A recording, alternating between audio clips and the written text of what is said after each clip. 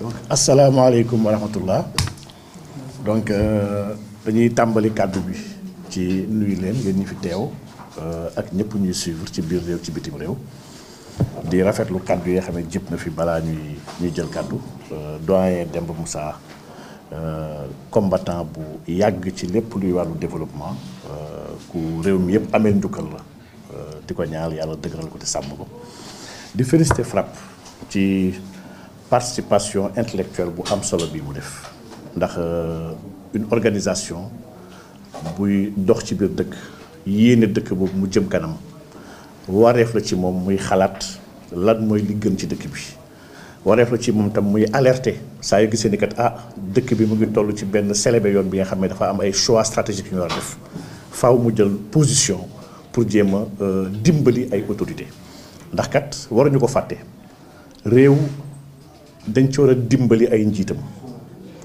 pour dimbali ay njiit askan moo war a dimbali njiit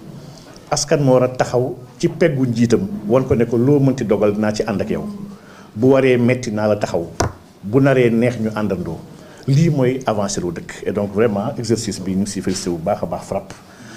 di wax ne lii mooy yoon bi nga xam ne organisation yëpp en tout cas une organisation sérieuse ci lii la war a nekk dans la proposition dans la clarification des situations et surtout dans la conscientisation des masses des enjeux yi nga xam ne enjeux yu bëri yu ñu tëj la yi nga xam ne ci kaw yenn cercle yi nga xam ne ñoo koy waxtaanee pour revenir ci circonstance bi nga xam ne moo ñu fi dajalee bu ñu fàtte ni ñun dañoo résister résistance bu yàgg ay at ci benn régime bu oppresseur muy régime bu président Macky Sall ñuy résister am ay jafe-jafe teg ñu ay fitna waaye ñu ko ne taxaw ne askan bi jar na ñuy xeex régime boobu tey moo nekk au pouvoir régime bi nga xam ne résister moo ko andi ci pouvoir résistance boobu nag dafa mel ni FRAPP moom la ñuy fàttali dañu résister leen encore à ces institutions yi xam ne man dama am ay tur leen tuddee sax FMI man le fonds meurtrier international laa koy woowee la banque mondiale nag ce sont des banksters ñoom ñi ay banksters lañu maanaam du c'est pas c'est des gangsters la banque maanaam ñaari structures yi sànq Modou mu ngi koy fàttali ci njëlbéenu waxtaanam bañ koy créer en 1944 boobu guerre bi jeexagul maanaam il était question pour ñi nga xam ne ñooy les futurs vainqueurs d'organiser le monde à leur convention ñii ñoo woote réunion commencé xalaat naka na la doxalee adduna bi su guerre bi jeexee ndax guerre bi jamono boobu 1 an moo desoon guerre bi jeex en 1945 ñoom ñii gagnant yi ñoo jël mboolee bi dogal yi ñoo décidé lépp actionnariat bi ñoo ci ëppale ndogal ñoo ko fa ëppale njiit yi ñoo ko jël ñooy jiite maanaam ba ñuy créer organisation yi dama bëgg rek fàttali pays africains yi que ñun nous étions même pas indépendants ñun boolewuñu woon sax seen ay programme en 1945 donc organisation bi xam ba ñu koy créer yow indépendant woowuñu la si woon laaj ñu la sa xalaat te ba tey jii suñuy jiite kenn du la ci tànn amul sénégalais bu ñu ma si tànn ko kaay jiite organisation yi dama wax ne organisation yooyu ku jàpp ni dañuy liggéey pour le développement yaa ngi nax sa bopp développement taxu leen a jóg organisation yi amul benn exemple ñu mën a jox ci àdduna bi dëkk bi nga xam ne jëm na kanam ci ndimbalu organisation yooyu muy FMI ak Banque mondiale dimbali ñu kenn ñoom ils sont au service du grand capital seen vision bi nga xam ne moom la ñuy liggéeyee vision bi moo périmé doyen Demba bu mu koy wax léegi c'est une faillite en fait du ay limite c'est une faillite morale et sur toutes ses formes des structures yi nga xam ne mosuñu liggéey pour le développement. mu wax sànq nag ne leen suñu waxee souveraineté et ñun suñu modèle et suñu régime bokk na ci base d'évolution bu mu fas yéene doxee Sénégal c'est la souveraineté on prévoit tabax un Sénégal juste un Sénégal équitable un Sénégal prospère un Sénégal souverain lii mooy le plan de développement Sénégal fii ba 2050 quand on dit souveraineté nag nous sommes souverains bu dee yaa ngi dogalal sa bopp yaay décider sa bopp kenn du la décider à ta place kenn du la tënk kenn du weñ sa loxo kenn du la forcer ngay def li nga xam ne baaxul ci yow et organisation yi nag wax dëgg yàlla Souleymane wax na ko léegi dëkk àdduna bi yëpp wala bokk doyen sax moo ko wax dëkku àdduna yëpp dañu cee bokk waaye yemuñu dëkk àdduna bi yëpp am na dëkk yu ñuy wañ seen loxo ak dëkk yi xam ne dañ leen a jox cër da dëkk yoo wane leen ñun faalewuñu leen man nag su may dikkaat ci contexte bi aujourd'hui avec le FMI damay xool rek les programmes yu FMI tënk ak Sénégal année bii passée muy le programme FEC mooy facilité élargie de crédit programme FRD bi ak programme troisième programme bi nga xam ne ñett yooyu ñu boole mun naa ne c'est 1,8 milliard de dollars maanaam lii ci wàllu xaalis su ma koy saytu di xool supposons nañu wax ni mooy 1200 milliards supposons de francs CFA ñun bu ñu xoolee dëgg-dëgg Sénégal ak ni muy doxee 1200 milliards ba ñu ko fi mobiliser suñu biir économie sans pour autant laaj FMI xaalis ndax waxuma sax sàcc yu mag yi nekk ci dëkk bi nga xam ne dañoo sàcc suñu alal ba pare di ñu fontoo nekk fii di gundaandaat di bindulu ay une ak di fontoo askan wi ñooñu li ñu sàcc rek bu ñu ko nangu woon delloo ko ci gafak réew gi manne financière bi nga xam ne mën nañu dimbali ñu faire face à beaucoup d'exigences du moment waxuma sax loolu waaye suñu jëlee remise gracieuse yi nga xam ne suñu administration ñu koy defal à des structures yi nga xam ne nekkuñu en difficulté fii am na des entreprises yu mag yi nga xam ne des multinationales yi nga xam ne qui sont là qui ne payent pas d'impôts saa yi ñu waree fay te pourtant nekkuñu fayit de ñu ngi liggéey xaalis bu bëri ñu ngi rawalee seen xaalis si ay dëkk waaye chaque fois am nañu ay relations ak les gouvernants am ay relations ak administration financière yi ba tax li ñu war a fay dëgg-dëgg ci impôt ñoom fayuñu ko man jàpp naa ni ñii ñoo war a nekk priorité yi donc remise gracieuse fiscale yi exonération yi détournement de deniers publics yi ndax dans les plus hautes administrations financières suñu waroon liggéey 1000 milliards ci biir kees bi lu ñu dugg ci kees yi du mat 200 milliards leneen lépp ay mayante lay nekk ay détournement la ay neexalante et lii ku dëkk Sénégal xam ni impôt trésor ak douane di doxee xam nga ko c'est la réalité yemul foofu dañoo dem ba dans les structures les plus élevées damay dégg barki démb sama benn xarit di wax ci waxu ay marché armement muy Clédor Sène di wax ci marché armement yooyu ne ay anciens chefs d'état-major général des armées ñoom ñooy dem à la retraite créer entreprise di waxaale au nom du Sénégal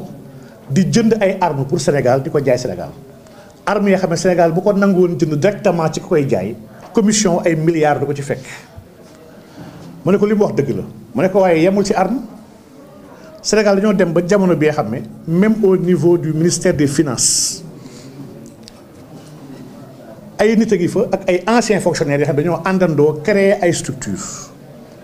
yooyu dafay dem lebi ji pour Sénégal saa yu lebi jee pour Sénégal ñoom ñi am ci commission ñoom ma leen di laaj bu dee un fonctionnaire est apparenté wala a un intérêt sur une structure bi nga xam ne structure boobu dafay dem di lebi ji pour le compte du Sénégal après di encaisser ay commission fonctionnaire boobu nga yaakaar na fexe Sénégal di bañ a leb kooku chaque jour na liggéey pour Sénégal di gën a leb saa yu mënee endetté Sénégal il va le faire ndax il reçoit des commissions dañuy wax nag lii mooy lii moo nekk presque dans toute l'administration presque on a une administration bi nga xam ne dama jàpp ni ci priorité des priorités yi la bokk moo tax sénégalais yu bëri aujourd'hui ñu ngi taxaw ils restent sur leur faim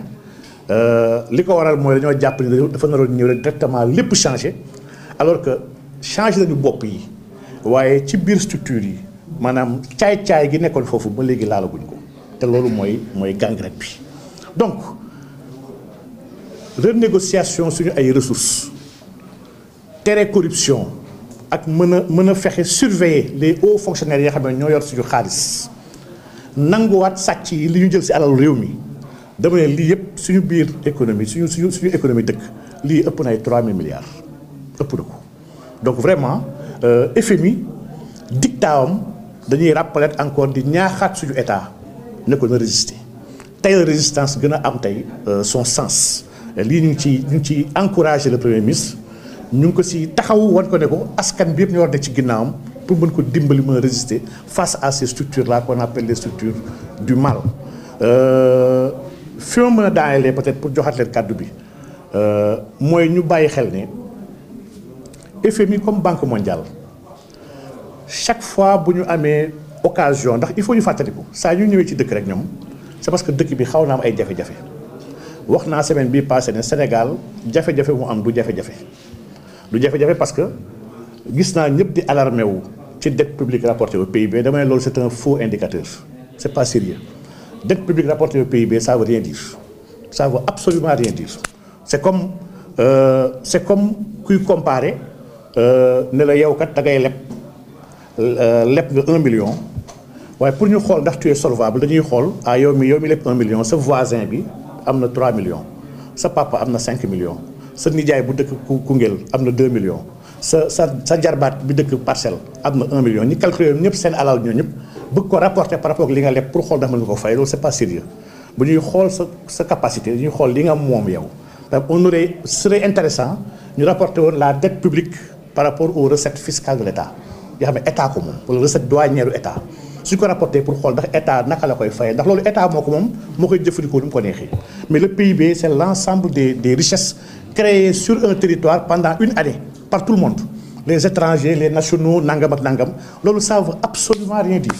mun naa comprendre sax tamit ñu jël la dette totale la dette publique et privée rapportée au PIB pour xool le degré d'endettement d'une nation loolu ça aurait été pertinent mais vraiment rapport bi amul pertinence encore que on est en train de rapporter un stock à un flux la dette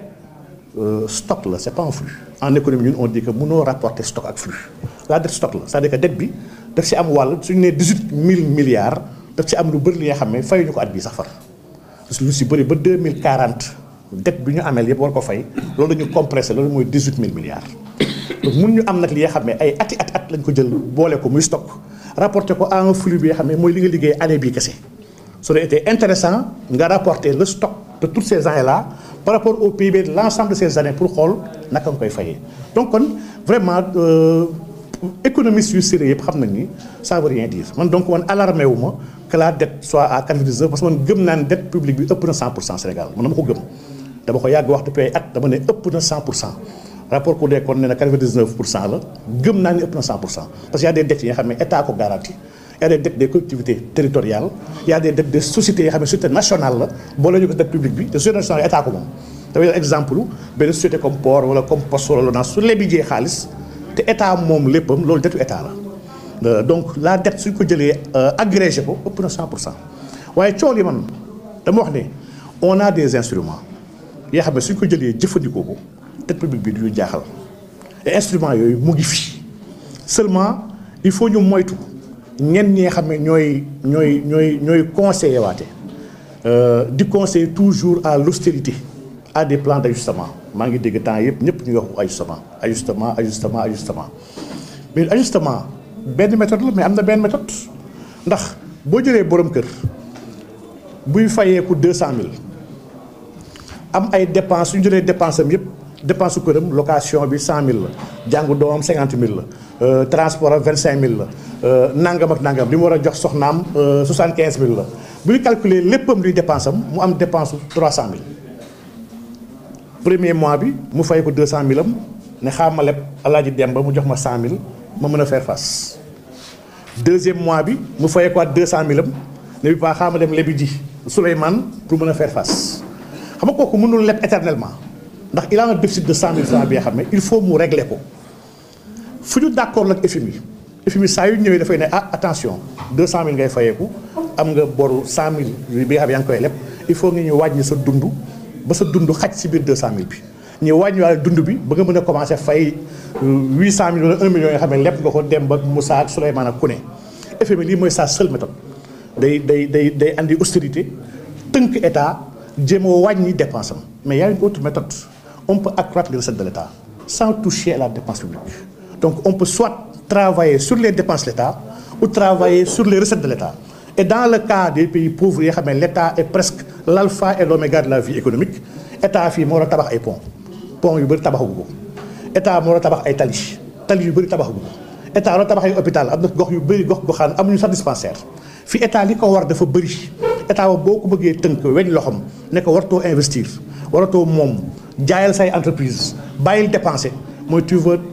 condamner dans le sous-développement ce peuple là alors war ñu ko nam ñun on a d'autres alternatives yoo xam ne jàpp ni moo gën alternatives su ci jaaree on peut régler les problèmes budgétaires du Sénégal parce que pour man c'est un faux problème on peut régler ces problèmes là de par notre monnaie peut-être du objectif u tey suñu waxtaan mais gëm nañ ni li ñuy woote yëpp ñun tant que nous restons dans le franc CFA tant que nous restons dans ce système là système de ce système colonial mënuñu régler benn problème économique du Sénégal lii mooy le cœur du débat bi nga xam ne boobu ba léegi gaa ngi koy daw. dama bind nag benn poste di wax ni man d'accorduma ak yoon bi secrétaire général jël am ñu bëri ñoo si interpellé ma non non non salaire yi du salaire yu ñëpp sax salaire yu ministre yi la. ma fay fàttali c'est pas pour être l'avocat des ministres nag mais salaire ministre yi Sénégal su may dégg gars yi dafa mel ni dañoo yaakaar ministres yi ay milliardaires lañu wala boog gars yi dañoo yéenal ministres yi ñu nekk si jàmm. man je comprends pas lu tax ñëpp teg seen bët ci ministres yi Sénégal ministres yi bëriwuñu matuñu 30 personnes quand on parle d'ajuster les salaires bu dee ministres yi kese gars yi jàpp ni moom dañuy yàq ay xaalis kon ñu ngi nax suñu bopp ndax ministres yi 25 lañ plus yeneen 5 yi xamee secrétaire d'État lañ ñii amu ci kenn ko am 4 millions salaire ministre seen salaire 3 millions la 3 millions pour man c'est pas normal ñu koy fay un ministre. Quand ce ministre-là est dans ses départements et sous sa tutelle il a des DG yoo xam ne DG ñu ngi fay ko 5 millions man dafa am li nga xam ne c'est pas normal ba fi Macky nekkee fekk na situation boobu laalu ko Macky la doon def Macky dafa doon jël ci caisse noire am chaque weer jël ay enveloppe ay 10 millions ak ay 5 millions di ko jox ministre yi bañ a laal seen salaire man jàpp naa ni on doit retravailler de manière honnête et courageuse ces salaires là man awma problème ñi fay ministre 3 millions par weer ndax un inspecteur des impôts rek buy def liggéeyam il a plus que ça chaque weer bu ñu boolee ay fonds communs ak ay indemnités ak salaire am ëpp na 1000 salaire donc problème bi du salaire bu nganda man salaire dama jàpp ni dafa sacré waruñu ko laal salaire ku mu mënti doon dañoo war a liggéey ci yëkkatiwaat salaire yi et je vous dis que avec la réforme monétaire bu ñu war a def bu ñu ko defee waxuma ko wàññi salaire mais mën nañu yokk salaire yu ñëpp Sénégal c'est possible maanaam li ñu gëm ne dañoo war a toog ci ndóolu dañoo war a ñàkk c'est pas vrai on peut augmenter les salaires de tous les fonctionnaires c'est possible et loolu du coûter dara Sénégal question de réaménagement kese la ak d'harmonisation de politique publique lii la monnaie mën na ko def mën nañu régler des problèmes ponctuels dans les communautés mën nañu régler des problèmes dans les territoires mën nañu redynamiser toute l'économie mën nañu rendre beaucoup plus lu gën a dëgër wala lu ëpp solo suñu économie en travaillant la monnaie le budget la fiscalité et la banque donc aujourd'hui on a le produit et fa lay daanelee le produit de la création monétaire qui échappe à l'État création monétaire bi nga xam ne banque privée yi ñu ngi koy def la création ex nihilo à partir de rien maanaam monnaie écriture la du xaalis bi ngay gis c'est de l'écriture yooyu banques yi ñu ngi koy def di empocher ay milliards chaque année te loolu état moo ko war a moom loolu c'est l'argent te loolu xaalisu toute la communauté la maanaam la création monétaire doit bénéficier à la communauté et non à quelques banques privées yoo xam ne ñoo koy jël à notre nom yóbbu ko seen dëkk donc jàpp naa ni il y a des niches énormes dans ce pays yoo xam ne bu ñu redéfinir ni xaalis bi war a doxee jël xaalis bi delloo ko askan bi on va réussir ce pari là peut-être lii moo nekkoon di nga xam ne de manière ramassée noonu naa ko barkeeloo. Je voulais vous faire un résumé en français, notamment sur la dette publique